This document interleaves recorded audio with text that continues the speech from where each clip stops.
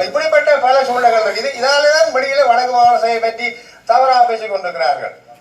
நீங்க பாருங்க, நாங்கள் அடி வாங்க மாட்டோம். நானும் அடி வாங்க மாட்டோம். எங்களுக்கு மக்கள் ஆதரவாக இருக்கிறார்கள்.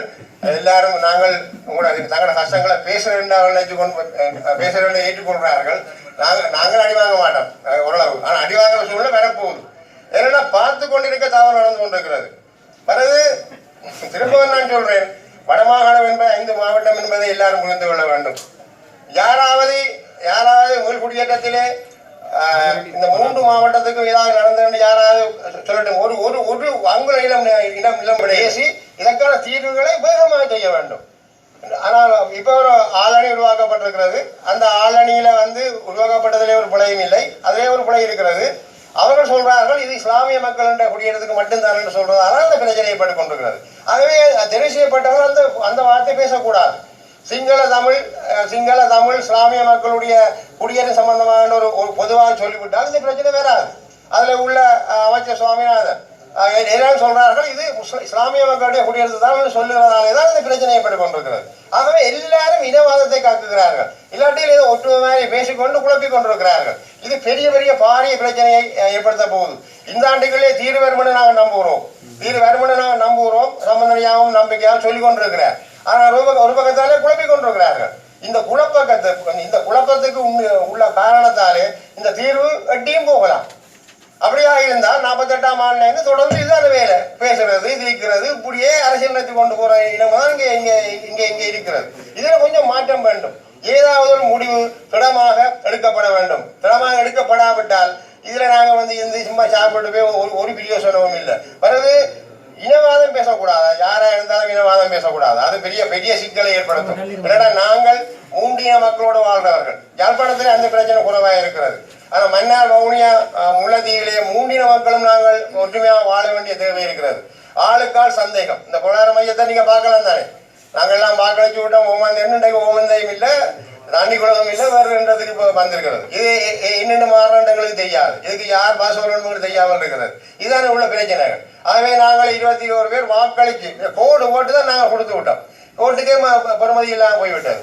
இப்போ மாற்றப்பட்ட கேள்வி எங்களுக்கு யாரும் பதில் சொல்ல தயாரா இல்லை. இப்படிப்பட்ட பல சூழ்நிலைகள் இருக்குது. இதாலேதான் வெளியில வடக்கு மாகாண பற்றி தவறாக பேசிக் கொண்டிருக்கிறார்கள். நீங்க பாருங்க, நாங்கள் அடி வாங்க மாட்டோம். நானும் அடி வாங்க மாட்டோம். எங்களுக்கு மக்கள் ஆதரவாக இருக்கிறார்கள். எல்லாரும் நாங்கள் உங்களோட தங்களோட கஷ்டங்களை பேசுறவர்களை ஏற்றுக்கொள்கிறார்கள். நாங்கள் அடி வாங்க மாட்டோம் ஓரளவு. ஆனால் அடி வாங்குற சூழ்நிலை வரப்போகுது. ஏன்னா பார்த்து கொண்டிருக்க தவறு நடந்து கொண்டிருக்கிறது. பிறகு திரும்ப நான் சொல்றேன், வடமாகாணம் என்பது 5 மாவட்டம் என்பதை எல்லாரும் புரிந்து கொள்ள வேண்டும். யாராவது உங்கள் குடியேற்றத்திலே இந்த 3 மாவட்டத்துக்கும் ஏதாவது நடந்தது யாராவது சொல்லட்டும். ஒரு அங்குல இடம் விடையில்லை. இன்னொரு முக்கிய கல்யாணம் இருக்கிறார். வட்டுவாரிலே ஒரு வட்டுவார் பாடசாலை ஒன்று இருந்தது. அந்த பாடசாலையை அப்போ இருந்த அரசாங்க அதிபர் அப்படியே தார வாத்து விட்டார். ராணுவத்துக்கு தார வாத்து விட்டார். அமைச்சர் போய் இத்தனை கேள்வி ஆமிகாரன் சொல்றாரு. அது ஜிஏ சந்தேகம்.